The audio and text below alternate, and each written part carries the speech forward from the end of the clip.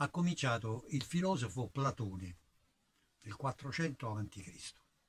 Direte, ma è una storia che comincia così lontano? Comincia proprio così da lontano. Platone, infatti, in uno dei suoi famosi dialoghi, sia nel Timeo che nel Crizia, parla di un'isola che sorge al di là delle colonne d'Ercole, in quel mare che oggi è chiamato Atlantico, quel grande oceano.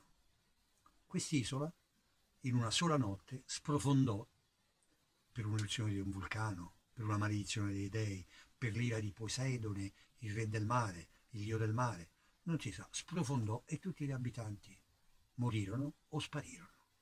Bene, quel mito è il mito di Atlantide, appunto così si chiamava quest'isola. E nel 1941 Wessinger e Norris, uno scrittore e l'altro disegnatore, hanno risuscitato questo mito, proprio condendolo con una spruzzata dei miti arturiani, del re Artù. E che cosa hanno fatto? Hanno preso e hanno mescolato la storia di Atlantide alla storia di re Artù.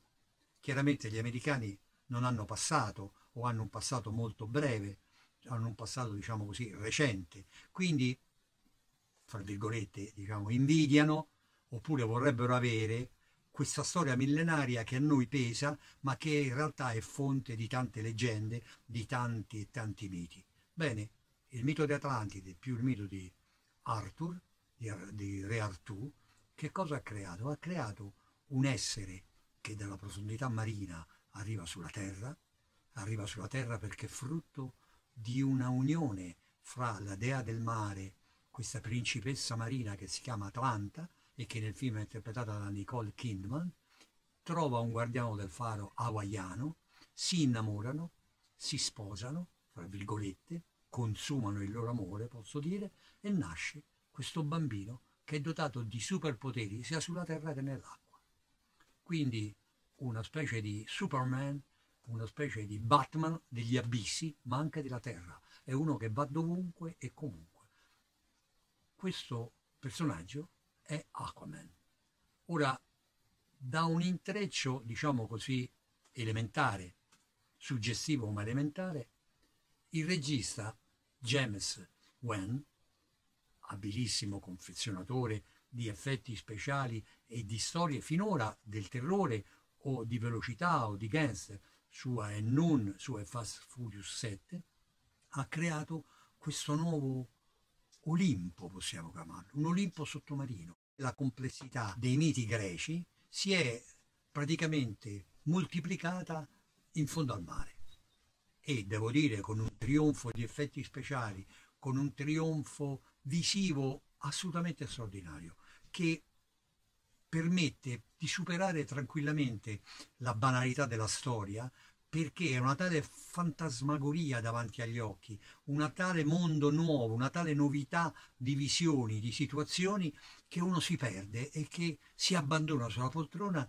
e segue queste incredibili avventure che vanno dai sette mari alla terra, che spaziano dal deserto alla Sicilia, alle profondità marine, alle città sotterranee, alla sfida dei sette regni del mare contro i regni della terra, le repubbliche della terra, in un caos storico che però è un fantastico caleidoscopio.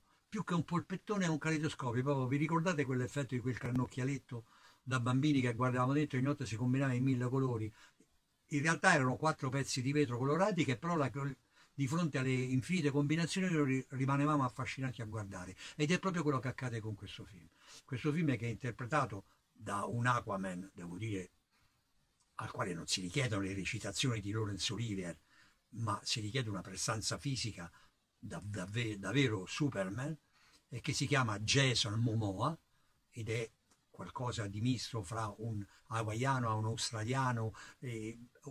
C'è queste nuove razze che si ritrovano perché genitori che si amano da tutto il mondo si incontrano e si incrociano, creando esemplari di un sangue e di una statura e di una fisicità diversa, con questa deliziosa principessa degli abissi che si chiama Amber Heard ed è una ragazza dai capelli rossi, intraprendente, coraggiosa, non è la solita fidanzatina che aspetta, no, ma è una che accompagna l'eroe, combatte alla pari ed è veramente terribile. Ci sono alcune sequenze assolutamente straordinarie, c'è una corsa sui tetti di un paesino di Sicilia che è fantastica, ci sono delle battaglie sottomarine che sono ricche di invenzioni e di suggestioni. Quindi il film è proprio come un albero di Natale, colorato, pieno di mille sorprese. Non affezionatevi alla storia, la storia è un pretesto, tutto il resto è da vedere per la gioia dei grandi e dei piccini. È, a mio giudizio, davvero un film di Natale, quindi grazie e auguri bagnati per quest'anno.